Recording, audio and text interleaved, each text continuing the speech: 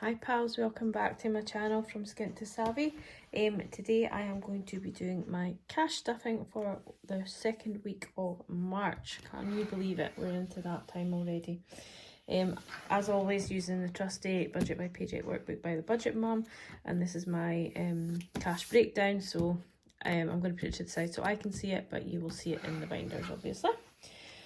So we are going to start off with our little envelopes that come in my purse. Now, I have said a couple of times now that I'm going to be rolling over some of this money for the month. I don't know whether to take it out of the envelope or to leave it in. So for now I'm going to leave it in, but I might take it out and put it aside so that I'm not tempted to spend it.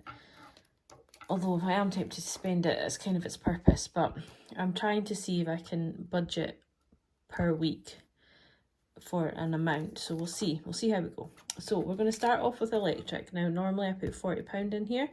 It is empty. I've put the electric on, so but I'm going to put £50 in this week just to start trying to top up my meter a little bit, and just in case for this big price hike that we're all been told we're going to get.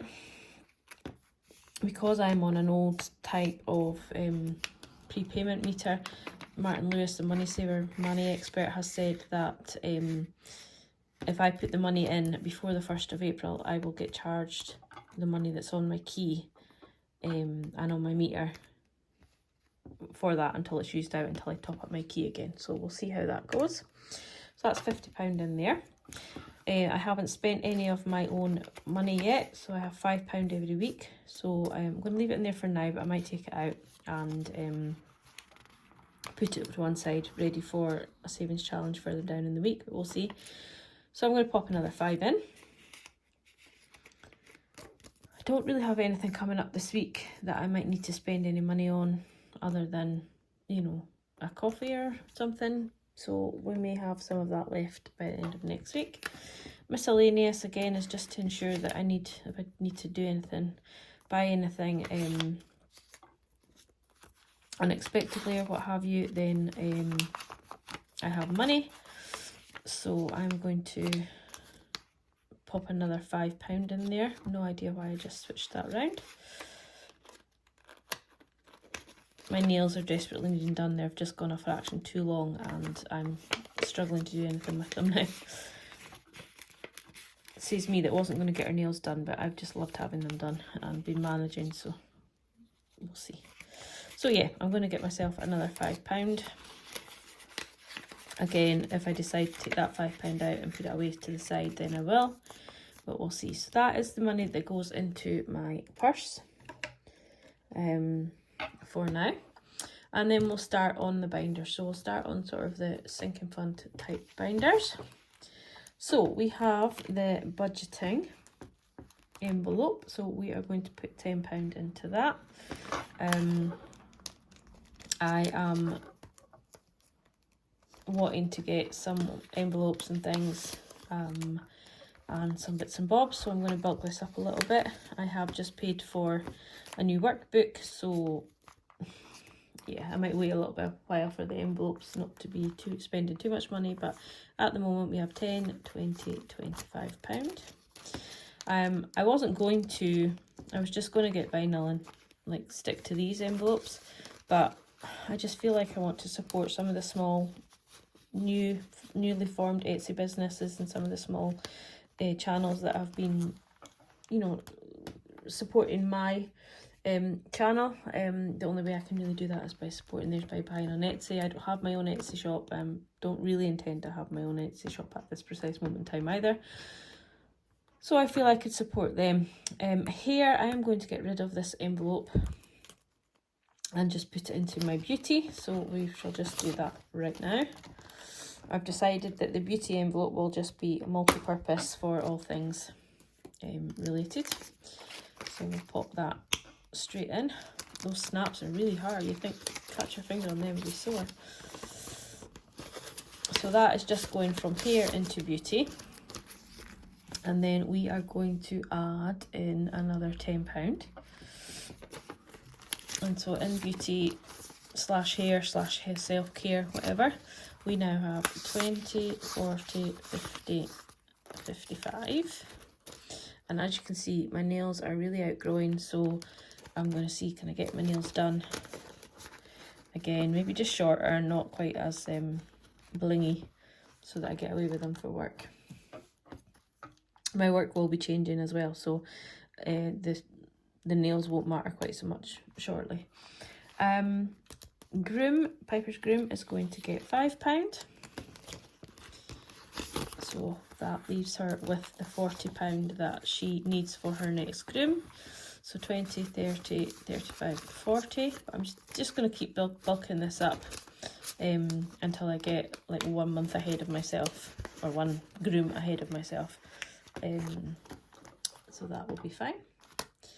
Treats is going to get £5, and that is for a takeaway, anything like that. Now that is pretty much all I need to have in there. I've got 25, £30 in there. Don't really need to put anything more into there now until I spend it. So that's quite good. As I say, it's really kind of used for, like, we eat out every Sunday, so it's really just if we wanted a takeaway or something else different, or for us, or, you know, I could use it just for myself, if I wanted to buy something. It's for treats. It's pretty much got no purpose apart from something to make me happy. So yeah, but I don't really want to keep stuff in it, so we'll see how we go. Clothing is not going to get anything this week. It's got £20 in there. Weekend away is going to get £10. So that gives us 20, 30, 35. So if we decided we're going to have a night away, I could use the money from treats and add it to this to, you know, to book a hotel or something. It's just to have that freedom of being able to do what I want when I want, to within it, not with overextending the extremes and whatever, but yeah, just to give me a little bit more flexibility, so I don't feel like I am stuck to just being able to go on a weekend away when I've got £100 in here. Hope that makes sense. So that is that for that binder. And then for more of our savings binder, it also has birthdays in here.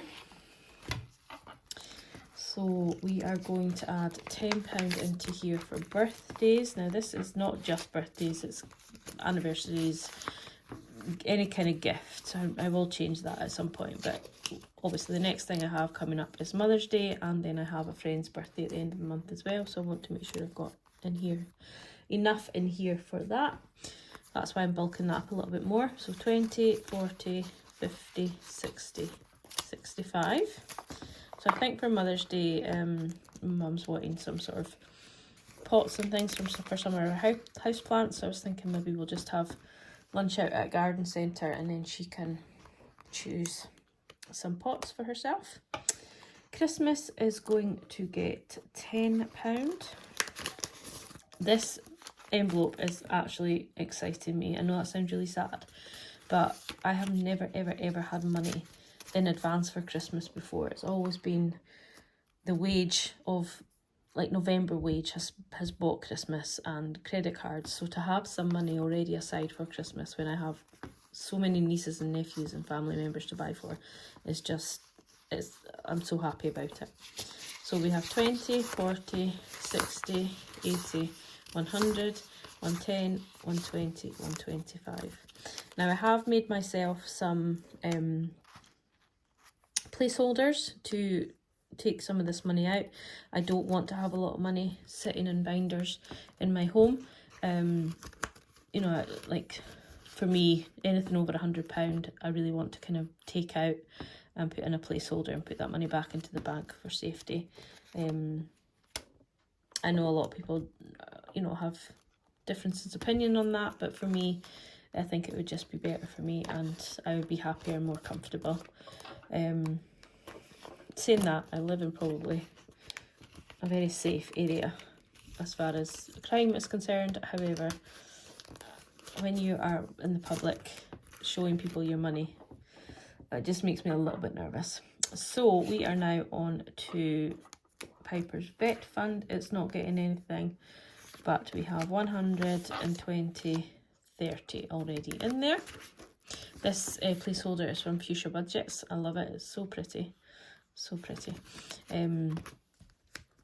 So if you haven't seen her already, if you want to look in my descriptions, I'll pop her Etsy shop and her YouTube channel in the description box. Home upgrades isn't getting anything. There is 20, 40, 60, 80, £100 in there. So again, I'm going to maybe pop a wee placeholder in there and get rid of that money and back into the bank. It'll go into my Hyperjar account, which is where the £100 is for the vet fund, is already in the Hyperjar account, so that it's in a bank and safe, and could also be tucked away and not touched, but easy access should I need it in an emergency.